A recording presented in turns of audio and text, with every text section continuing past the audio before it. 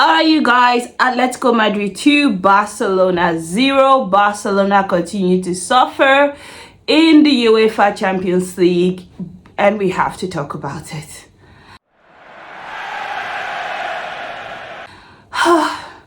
But first, if this is your first time coming across one of my videos, hi guys, I am Just Max, and on this channel I talk football, La Liga, Prem, UCL, and always is Vizca Barca for me because I am a culé. If this is something that you are interested, please give me a like, give me a subscription, and leave me a comment. How are you feeling about this game? But let's dive into what we have seen today, because I am at the point where I'm starting to think that we may need to conduct an exorcism for Barcelona as regards the UEFA Champions League. And yes, forgive the change of scenery. I am traveling, which is why I haven't been able to bring like new long form content, but I'm trying my best to like keep up with the games and all of that stuff even as I travel. If you are not seeing any new long form content, go check out my short form content. I promise you I posted something there because I'm dedicated to keeping this thing alive and growing. However,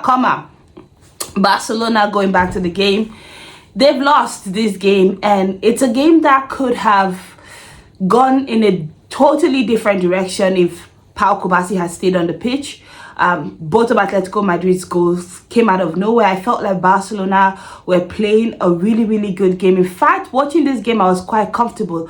Let me tell you something. When I go into matches against Atletico Madrid, I don't go into those matches with any kind of fear that something crazy is going to happen. Like, I go into it pretty confident that, you know, we're going to come out on top.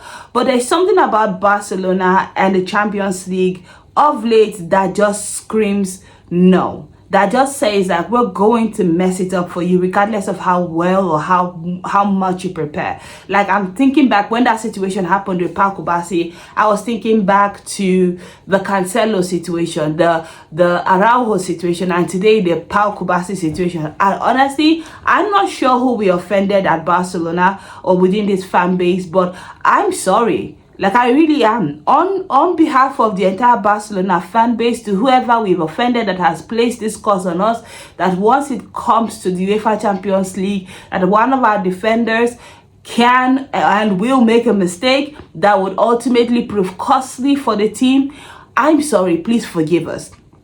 If anybody knows a priest that is really good at conducting exorcisms, help me contact that person, because at this point it's no longer a case of, oh, you know, like, it's happened way too many times. Now, I still believe that Barcelona can ultimately win this time.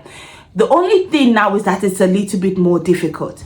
Like, it's now difficult. Like, we have surrendered our fortress. Like, prior to this match, we've played 19 games at the new Spotify Camp Nou. We've won all 19 games. It's become a fortress where folks don't want to visit, because if you come to the Spotify Camp Nou, you're going to collect, and that's on period.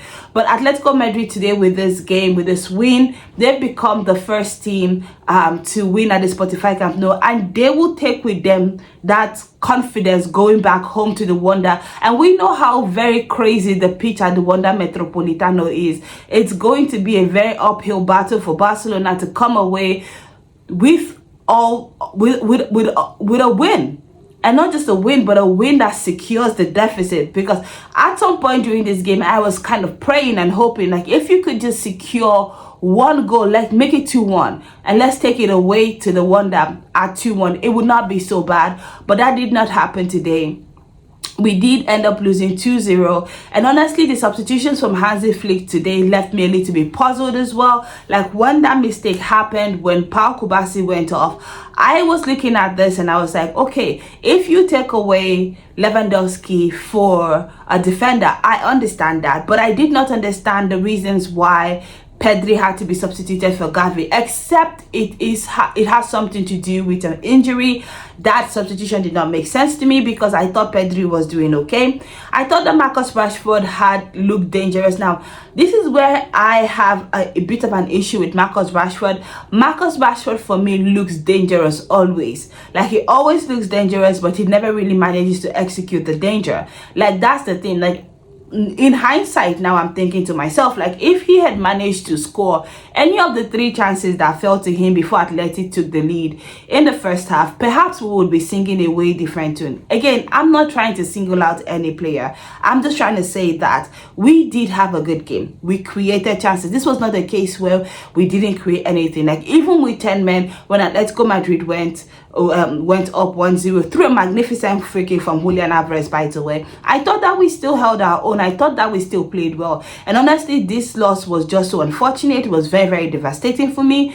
But the quality that we showed, the boys, they showed that they wanted to win. They worked hard, they pressed, they gave it everything. It just wasn't our night on the day. It's unfortunate, but it is what it is.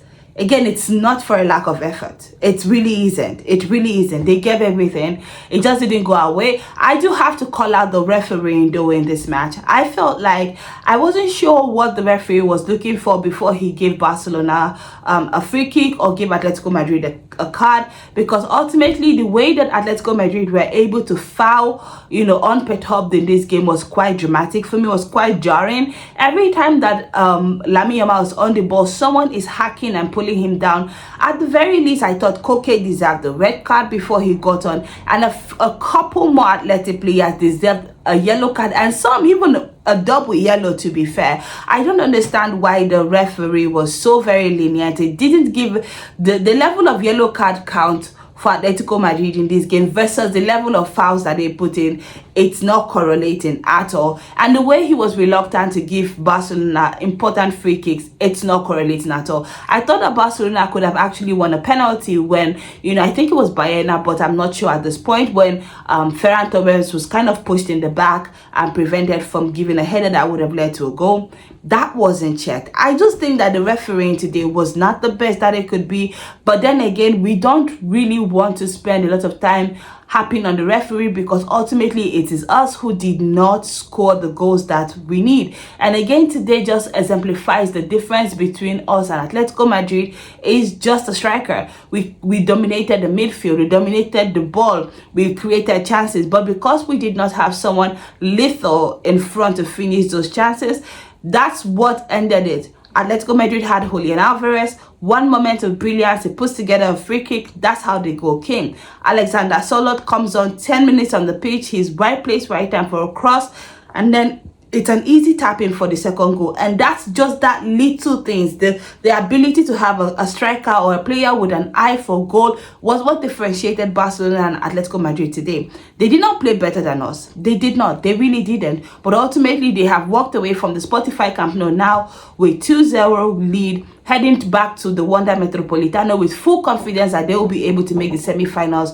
of the UEFA Champions League. Like I said prior, I still have full confidence that we can strut our stuff in the Wanda Metropolitano with 11 men, God willing, and we will be able to pull off a remontada. I hate doing a remontada, I have to be honest with you, because it's just unnecessarily difficult. In like starting from that, you have to make a comeback first.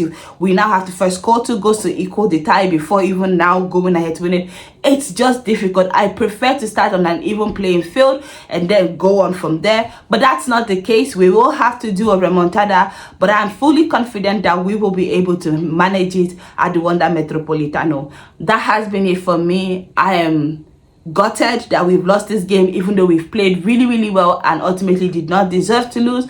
But then again, it's another night where our demons in the UEFA Champions League have come back to haunt us. And like I said at the start of this, we might need an exorcism, and we might need to get it done ASAP, because this cannot go on for too long. But that has been it for me. Let me know what you thought about this game in the comment section, and of course, if you like my commentary on the match between Barcelona and Atletico Madrid, please give me a like, leave me a subscription. I'm trying to grow this channel here, and I would absolutely need your help to do so. But also leave me a comment in the comment section, because I want to know what your thoughts is. And of course, if any of you knows a good priest that could conduct this exorcism, because we definitely need it. But until next time, as always, it's Vishka Basa.